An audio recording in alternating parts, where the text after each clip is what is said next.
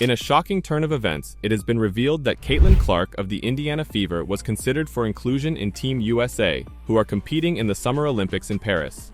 In the midst of several injured players, the opportunity to be a member of the squad arose. However, the rookie was not picked, and she now has the opportunity to recuperate while her colleagues represent the United States at the event.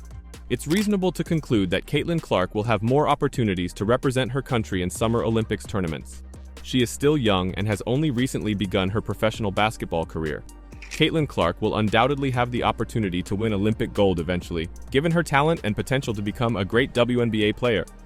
Caitlin Clark stated to IndyStar recently why she was kept out of Team USA's Summer Olympics. She stated, "I wouldn't say I'm disappointed. It gives you something to work for, I'm sure, and something to dream of, and in 4 years you can be there. 4 years comes fast. That's your time in college. And I feel like I was just a freshman in college. It shows you that you've got to start working now if you want that to be your dream in 4 years. That's it for me. Work hard and hopefully you can be there. I'm excited for the girls that are on the team. I'm excited for them, going to be rooting them on to win gold. I was a kid who grew up watching the Olympics and it'll be fun watching." Caitlin Clark had a rocky start to her debut season in the WNBA, causing her to struggle against her colleagues. They were hitting and fouling her more than the average rookie.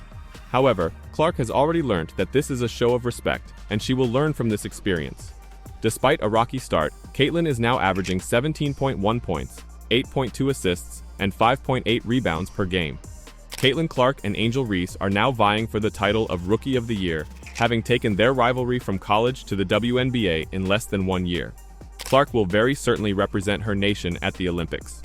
Without Clark, the sunny courts of Paris witnessed the first game of the United States women's national basketball team, who destroyed Japan 102-76.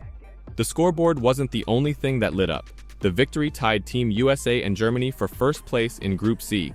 But there was one glaring omission that even the triumphal soundtrack couldn't mask.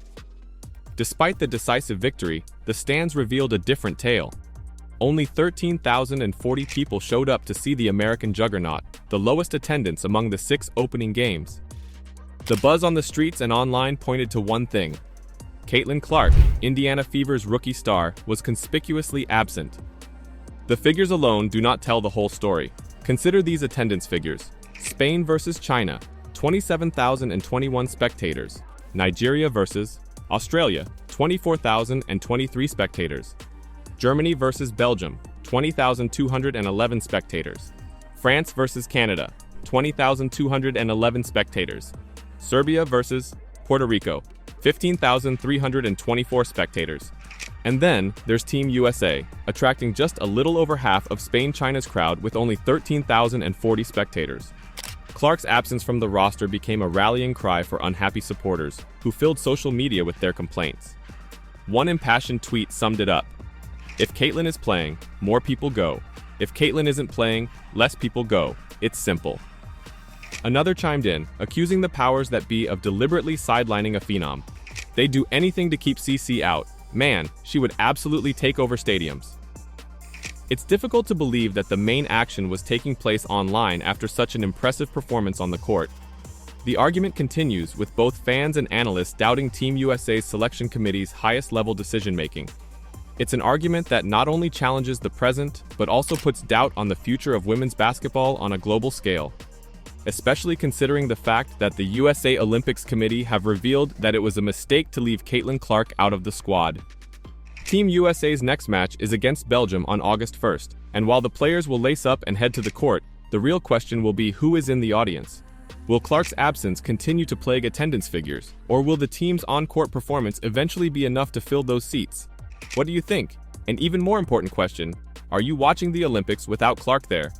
Discussion about whether the WNBA's standout rookies Caitlin Clark and Angel Reese should have been on the plane to Paris are still there, with some acknowledging that Clark may have performed well enough to deserve a spot. But there is also another fight going on between the two rookies, the Rookie of the Year race. Clark and Reese are still being compared to one another throughout their rookie seasons, with speculation about their rivalry dating back to their 2023 NCAA championship game clash. Though both players have graduated from college, fierce games between Clark's Indiana Fever and Reese's Chicago Sky have fueled talk about their rivalry. But one former NBA great, who has deep ties to Indiana, feels there is another reason why Clark and Reese have elicited such passionate emotions, both pro and con. Reggie Miller, an Indiana Pacers superstar and Basketball Hall of Fame inductee, spoke with USA Today Sports about how basketball coverage has changed dramatically since his prime in the 1990s. He argues that the power of social media has harmed Clark and Reese in ways that previous female basketball trailblazers, such as Lynette Woodard and Reggie's sister Cheryl, have not had to consider. The problem is with Caitlin and Angel, and I'd say the last 15 years is social media, Miller said. Cheryl and Lynette Woodard, they never had to face social media the way Clark and Angel Reese and Cam Brink have had to. Now everyone has their own opinion and their own critique. Everyone's home in their basement and watching games and commenting in real time. You know, in Indiana when I played, we had one paper and one beat writer. However, as the saying goes, pressure creates diamonds, and Clark and Reese are two of the WNBA's gems. Both rookies made it to the All-Star game in Phoenix earlier this month, and they look to be destined for fame. Reese leads the WNBA in offensive rebounds per game and second in overall rebounds per night. Clark leads the league in assists per game, and her dime to Reese during the All-Star game at Footprint Center quickly went viral. While Reese is highly active on social media and appears to enjoy the discussion, Clark has adopted a drastically different approach to posting online, which Miller admires. Everyone has an opinion, and sometimes you have to just stop the noise, cut off the devices and everything, said Miller. I hear about Caitlin, she does that, which is great. She's not actively on it, and she doesn't let a lot of that affect her. What's your take on that? Can Clark handle all the pressure? The fame has led to great heights, like a big sponsorship deal with Nike, but it can also harm such a young athlete.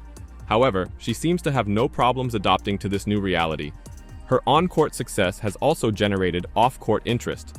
Clark agreed to a $28 million contract with Nike in April.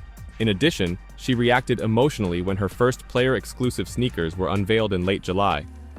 "It's pretty cool," Clark responded with an uncontrollable smile when asked about her new sneaker via the Indiana Fever's X page. The youngster presented the camera with a pair of mostly yellow Nike Kobe 5 Pros with a black outline around the heel and bottom. "I feel like the design, it's Fever, but it's also Iowa, so you get the best of both worlds.